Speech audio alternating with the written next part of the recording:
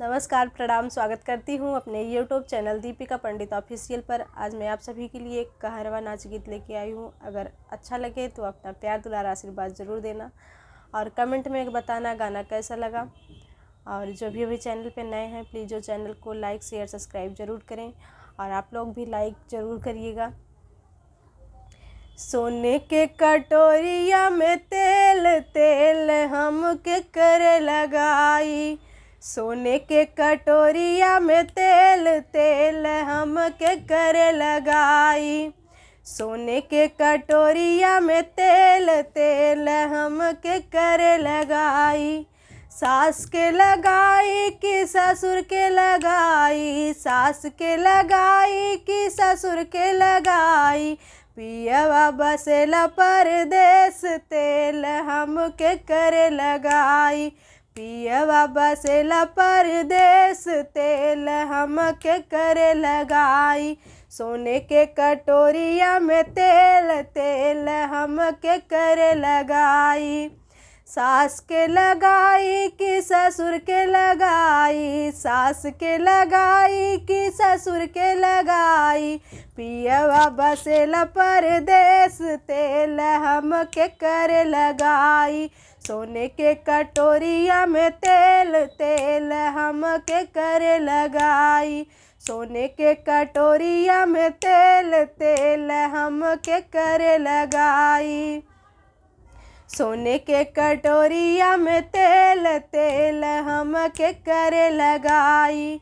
जेठ के लगाई जेठान के लगाई, जेठ के लगाई जेठान के लगाई, पियवा बसेला परदेस तेल हम के करे लगाई, पियवा बसेला परदेस तेल हम के करे लगाई। सोने के कटोरिया में तेल तेल हम के करे लगाई, सोने के कटोरिया में तेल तेल हम के करे लगाई। जेठ के लगाई जेठान के लगाई, जेठ के लगाई जेठान के लगाई, पियवा बसेला परदेस तेल हम के करे लगाई, पियवा बसेला परदेस तेल हम के करे लगाई। सोने के कटोरिया में तेल तेल हम के करे लगाई, सोने के कटोरिया में तेल तेल हम के करे लगाई, सोने के कटोरिया में तेल तेल हम के करे लगाई।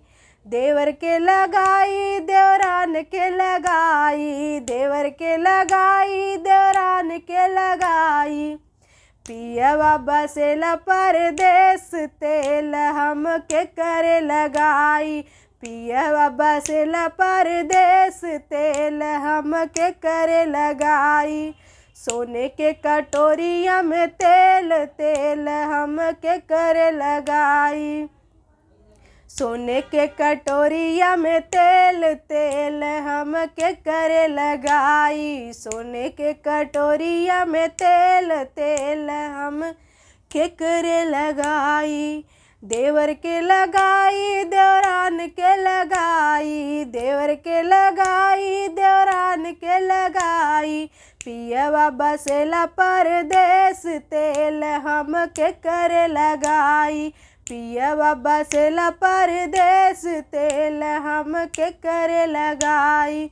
सोने के कटोरिया में तेल तेल हम के करे लगाई, नंद के लगाई नंदोई के लगाई, नंद के लगाई नंदोई के लगाई, पियवा बसेला परदेस तेल हम के करे लगाई, पियवा बसेला परदेस तेल हम के करे लगाई। सोने के कटोरिया में तेल तेल हम के करे लगाई, सोने के कटोरिया में तेल तेल हम के करे लगाई।